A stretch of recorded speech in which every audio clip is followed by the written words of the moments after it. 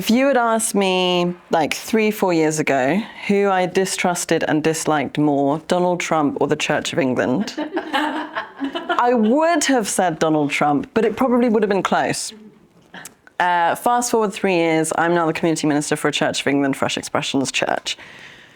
And the reason for that is because after trying so many different churches in Bristol and I literally got a car because I was like, I have to find something that works for me. I started attending Foundation and I found probably the first ever church community that actually made sense for me, that I felt included in, that I could be part of, and that has completely revolutionized both my faith, my experience with faith communities, and my opinion of the Church of England. So Fresh Expressions and New Christian Communities are a really, really powerful thing for people like me, both in terms of individually, but also in terms of the life of the church. And there's a lot of ways that you can define what that is. I'm autistic, and to me, a new Christian community, if you read what that actually says, it's just a Christian community that is new. But generally, people would say that a fresh expression or a new Christian community is a church that doesn't look like traditional church or normal church. And that doesn't have to be radically different for it to still be different, if that makes sense. So I think you said it really well, like, in order for the church to survive, we have to change. And in a lot of ways, we're doing church the same that we were doing in the 1800s. And if you look around us, a lot of things are different, you know? So it makes sense that church needs to be different too. So there are so many different ways that a fresh expression can look, and it's not on me to tell you what that is. I can give you some examples. At Foundation, which is part of Cotton Parish Church, right next to St. Paul's, sister church, we have a kind of 4-weekly rotation. We do a rest service, which has lots of periods of silence and candles and contemplation. We do table, where we eat together, or we have the Eucharist. We do creative, where we do all sorts of nonsense, from clowning to painting to poetry. And then we do a kind of socially engaged week where we talk about activism, or we get someone in from a charity. We've had Sally Azam from the Amos Trust before, talking about Palestine and really trying to engage in the community and the world. It's very informal. There's always discussion. Instead of just talking at you for 20 minutes, to go through all of the things that I think you'd need in order to set up a fresh expression. And in doing that, even if that's not something that you're going to then, leave this door and do, is a really a good kind of bones for thinking about all of the elements of how a fresh expression works. Does that sound good? Mm-hmm. Great. So the first thing is, where is the gap? And that isn't who isn't coming to my church. So I think when people think about fresh expressions, they're like, oh, I need to get the people who are not coming into my building. And so what is that? Let's say that's like young people. Okay, so we need to get big speakers, and we need someone playing electric guitars, because that's what young people like, right? But the church I'm from, Cotton, the main service has beautiful choral music. And we're right next to the university, loads of students, and they're saying, people in the church are like, oh, maybe we need to, modernize our music. And so I said, okay, we'll ask the young people who come to our church. And we talked to them, and they were like, we love the choral music, that's why we come. We're also right next to Woody's. If you want guitars, you're gonna go to Woody's. They're great at guitars. And so the people who want that in our area are being served. It would be really wrong for us to try and serve them. They're being served. Even if even if the way that Woody's do things and the way that we do things would be different, like if we're going to build our fresh expression around, here is a gap, that isn't a gap. So I think the first thing to think about is in your community, in the place that you are, where is the gap? And also who's around. So for instance, if you're on Chessel Street, you've got so many young parents with kids. And I know you were saying like they're going to Woody's, they're going to St. Nick's, they're going to other places. So what is it that they need? Is it like really, really good children's groups? Is it, what is it that looks like? And that can get into kind of some pioneering stuff. And like, I've seen people who have done like football church. So there's like a football and then at halftime they do a little church bit and then they carry on playing football. Or it can look more like foundation where it kind of looks a bit like a church until you look closer. So there's a whole range of things that you can do. But what I want you to think about just for a minute now is like in your community or from what you know of like conversations with people, what is it that there is a gap for and what could that look like? So we'll just have literally 1 minute to think about that and write things down if you want. Can you say that again? Yes. Where is the gap? So right now, either in your area or just like in Bristol, in Swindon, in National Church, what are things that you're like, these people aren't churched or church isn't serving them in the way it needs to. And that might be demographics, like young parents, or that might be like people who hate service sheets. That might be, it doesn't have to just be types of people. You start with where's the gap? But then it's like, okay, well, why is that? And so this brings me, you're very helpful, brings me to my next point, which is we can guess at what people need. And especially if you know people from that community or you have people in that, who you've spoken to, you can make assumptions about what they might need. And you can also, I think it's really important to say that like you can be a really valuable part of their community and of serving that community. I really believe in that. It's important that we don't just silos to say that this demographic has to only serve this demographic and I can only serve my people and we all need to be involved. It might be thinking who in my life, like what men and young men are in my life that don't go to church. And could I take them for coffee and be like, why don't you go to church, by the way? Because it might be that football matches are always on Sunday mornings. So of course they don't go because that's really important to them. And maybe if you could do a community that was on a Wednesday night or was on, then suddenly, oh great, I can go to church. So who can you have those conversations with? Who can you take to coffee and say, look, I want to hear what you actually need. And is this something that you or people like you would be interested in? And if they were, what would that look like? So I'm going to give you a second to think about that.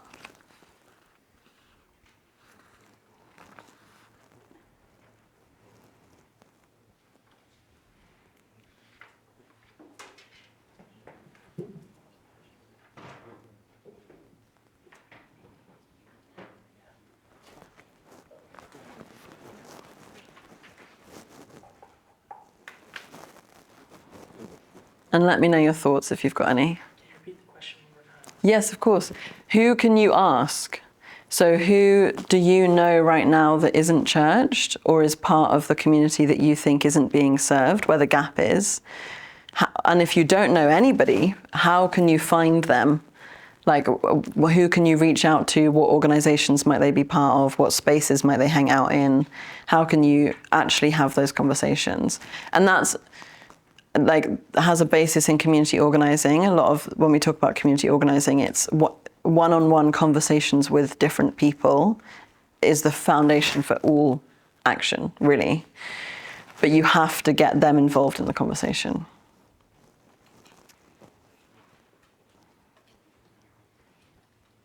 Does anyone have any things they want to share? Well, we've got a lady that comes to us that really suffers with her mental health.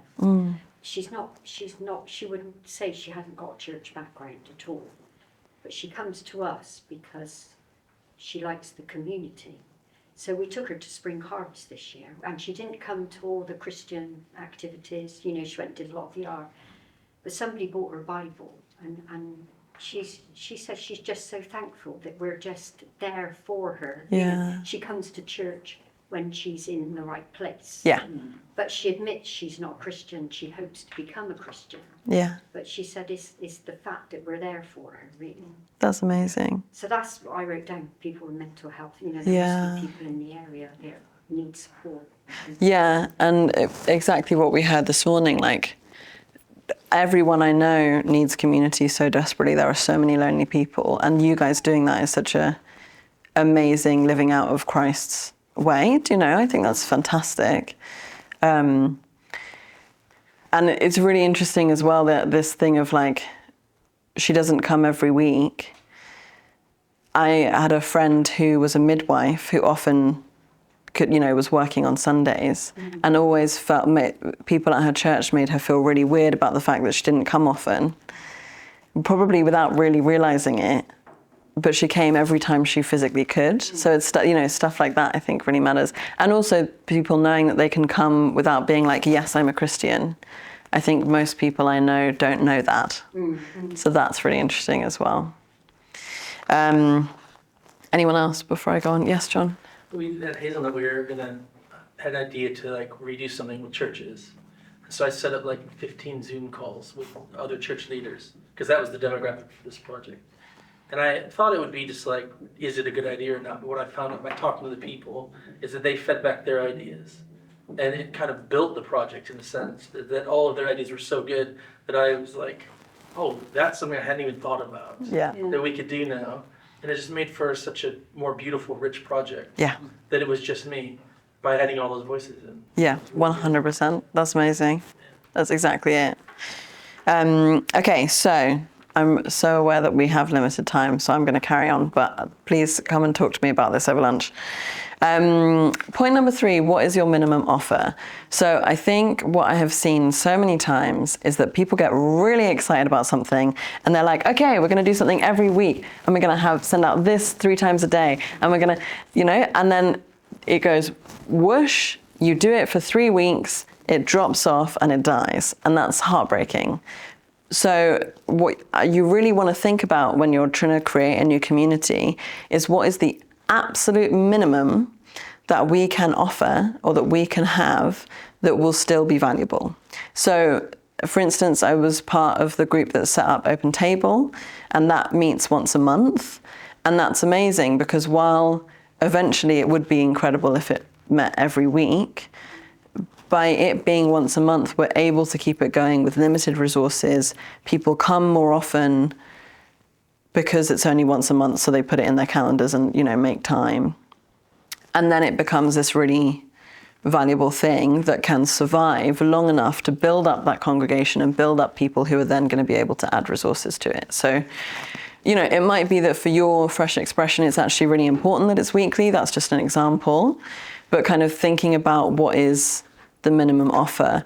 And even to the extent of like, to start with, do we just send out some stuff to say, look, we want to set up this community. Why don't we all meet at the pub, or why don't we all meet at a cafe and hang out and talk about what that could look like? And maybe we just do that for a couple of months and build those friendships and relationships and make what it's going to look like, as exactly as John said, actually come from the people who need it. So, you know, you, for instance, could get together with, you know, put out the word on a bunch of mental health charities in Bristol in the kind of like Facebook groups, etc., and say, look, we're just going to set up, the church is going to be empty, you don't, no spiritual requirement, come along, we'll have some, like, we'll talk about our feelings, we'll have resources there. What would it be helpful for this to look like? Come and tell us and we'll make it. Because I think there are so many people who know exactly what they need, but don't have the resources or the voice to make it. And the thing that is so incredible about church is that we have volunteers and we have a building.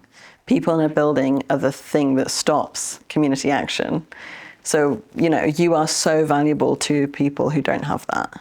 So just think for a second, what is the kind of minimum that I could be doing, that we could be doing? Is it a coffee? Is it a newsletter? Is it a WhatsApp group? Is it just, what's the smallest thing?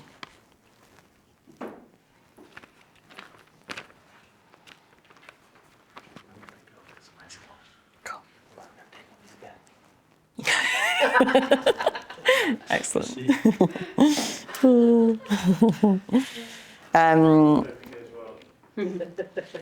And then the next thing is, how will you resource it? So what we really saw when we were doing Open Table was how much having a host church, so a building that we could always reliably go to and didn't have to pay for, and having volunteers who would tirelessly turn up, put out the chairs, make the tea every month, made a huge difference for keeping that community alive. When you're starting something new, and especially if you're if you're reaching people who maybe are vulnerable or are unchurched, have a lot of other commitments, like church is not a normal thing for them, they are probably not going to be the most reliable. That's fine. And neither should they be. But it means that you're going to need some volunteers or some paid staff or someone who's going to be doing that stuff that you have to do every week. Like send out the newsletter to tell people when it's on, like manage any kind of social media or any kind of messaging, even just deciding what those services are going to be. And it takes a lot more time than you think it does, I can tell you, as someone who does it as a job. So I think just have in your mind a couple of people who you think, do you know what, they'd be really good at this, or they'd be really valuable, and maybe have some conversations with those people to say, hey, I want to set this up, like, would you be involved? Could you commit even just a little bit of time or energy? Because I think having that key, the building and the people, makes a massive difference. So just think about that for a second. Is it? To see this sort of, so, I don't know what, I don't know. This is so I look forward to working out what that might be. Yeah. But, but seeing it in terms of, there's something that potentially people who have remained for whatever reason in a traditional Church of England worship setting. So a lot of us today have got we've got roles in the Church of England, right? So we've decided to stick with it for now, for whatever reason. Yeah. Love that. And not only that, but we're all committed to whatever our roles, aren't we? And so putting it in what you're saying about, well, something that people in that, who are currently in that sort of group, so us, can offer, is that we can offer a building and commitment of some sort. Yeah. And the idea that can be something which is still of value to people who aren't within that. So valuable. I'm not really. Yeah. I'm sure all of our churches offer things to the community. Yeah. So valuable. In that way, as a sort of, and maybe there are ways that we can connect. Yeah. And have something valuable to offer. And that is really, I think it's quite powerful to hear. I'm really glad. Yeah, that's amazing, because it makes so much difference. And I see this a lot with community organising. I've got a lot of friends who do community organising around queer communities. And the problems they always run into is who's doing the tea and coffee, who's actually turning up and doing the meetings, and where are we going to be? So having those volunteers like that is half the fight. And it's brilliant. And I think there's so many churches, and it sounds like yours is one of them, and I'm sure that's the case for many of you, where you've got a small but really incredible community with an absolute heart of God that really want to serve their local area. And you can do that so much. Like, that is such a resource for the people around you if you know how to use it right. So I'm really glad that was helpful. So point number 5, How will people know about it? If you build it, they will not just come. This is my biggest pet peeve. Yeah. Churches they love to put on these amazing things and then just think that people will somehow hear it on the breeze and just walk into the building. They don't know, you know? And I think like, it used to be that people were in their local area, would be walking to whatever they're doing in their local area and would walk past the church and see it on the notice board. I don't know anybody who walks anywhere, really. And I don't know anybody who looks at church notice boards, really. Be really clear about the specifics. So this sounds obvious, but like time, place, it's free. And here's something to find, like a link to find out more information. You'd be amazed how many posters I see that don't have those things on. And the fact that all people are welcome, because everyone presumes if at the minute it's a church thing, oh, it's not for me. The other thing is think about, so in marketing speak, we call it what channels, but think about where the people who you're wanting to include will be looking. So if that's young people, you need an Instagram. I hate Instagram, I'm sorry, but you need one. Or you need, like, if that's older people, that would probably more likely be Facebook. But if you're trying to market to young people, don't bother doing it on Facebook, they're not there. The other thing is thinking about who's already talking to them. So if you're thinking about mental health, for instance, like reach out to the local organizations in your area because they'll be able to like get out news or get out information to those people. If it's men, then maybe think about like turning up at some of the local football events and just being like, oh, here's a flyer, by the way, don't worry about it. So having things written down, having things online, being really clear about the information. And the other tiny tip that I want to say is Canva is this online image editing software, really, really easy to use, especially if you're not a techie person. And they have loads of templates so that even if you're awful at design, you can just, knock something together. And if you have a charity number, you can get a premium account for free. So look that up. And we're about to finish, so I'm going to go straight into the next thing. But yeah, have a think about how people are going to know about it. Canva, Canva. And the last thing is, why are you doing it? So partly this is important to think about because there's no point creating a community for the sake of it or because you feel like it's a good idea, but like the why is not there. It needs to be something that is actually a need for it. But also there will be a week where you've spent 3 hours preparing for something and 2 people come and one of them leaves halfway through and you just think, what am I doing? And that is then, you will look at this piece of paper and you will think, this is why I'm doing this. This is why it matters. And you will keep going. And in a year, 5 years, 10 years, you will have a flourishing Christian community. Like, it just takes time, but you have to have that why.